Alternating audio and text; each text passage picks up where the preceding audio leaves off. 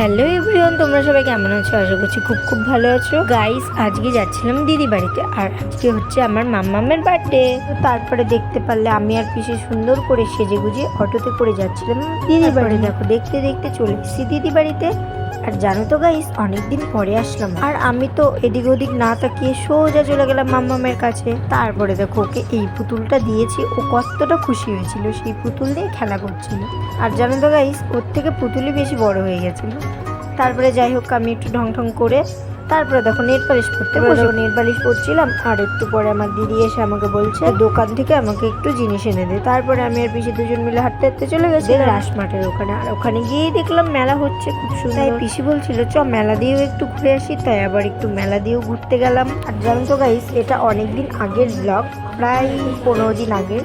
আমার এডিট করার মতো সময় হচ্ছিল না, তাই আর কি করা হচ্ছে। তারপরে দেখো এখানে হবে আজকে কবি গান, আর আজকে এখানে শেষ দিন, আর আজকে আসবে অসীম সরকার। যাই হোক, ওখান থেকে আবার ঠাকুর দেখার জন্য চলে গেলাম। ঠাকুর দেখে আমাদের যা যা কেনা ছিল সেগুলো কিনে আমরা যাচ্ছিলাম বাড়ি। তারপরে দেখো আমাদের দিদিদের পাড়ায় পুজোর প্যান্ডেলই এখনো ভাঙেনি, তাই দেখতে দেখতে গল্প করতে করতে আমরা পরে চলে এসেছি দিদির বাড়ির সামনে। তারপরে গিয়ে কিছুক্ষণ বসে থাকার পরে মাম্মামকে রেডি করে দিচ্ছিল।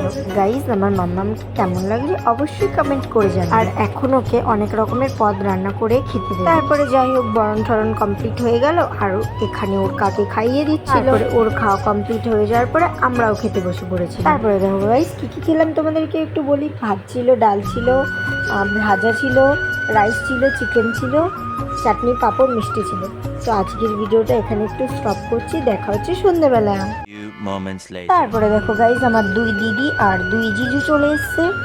তারপরে এখানে সবাই একটু গল্প করছে। আমার দিদি যে জামাটা নিয়েছিল ওকে পরিয়ে দিচ্ছিল, আর দেখো আমি একটু ঢং ঢং করছিলাম, অনেক বক বক করছিলাম।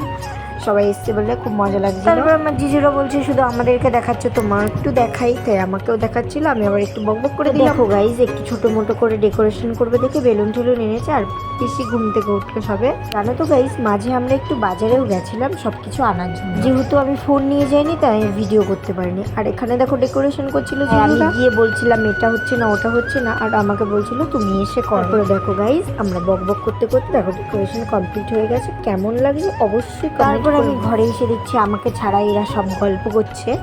তারপরে যাই হোক, অনেকক্ষণ ওয়েট করার পরে দেখো এখানে কেক কাটিং হচ্ছে। যাই হোক, কেক টেক কাটিং করে দেখো আমার মাম্মাম সবাইকে খাইয়ে দিতে যাচ্ছিল। তারপরে সবাইকে খাইয়ে দিতে গেছিলো। তারপর আমি ঘরে চলে এসেছিলাম, আর এখানে একটু মজা করছিলাম সবাই মিলে। তো আজকের ব্লগটা কেমন লাগলো অবশ্যই কমেন্ট করে জানি। দেখা হচ্ছে নেক্সট কোনো ভিডিওতে।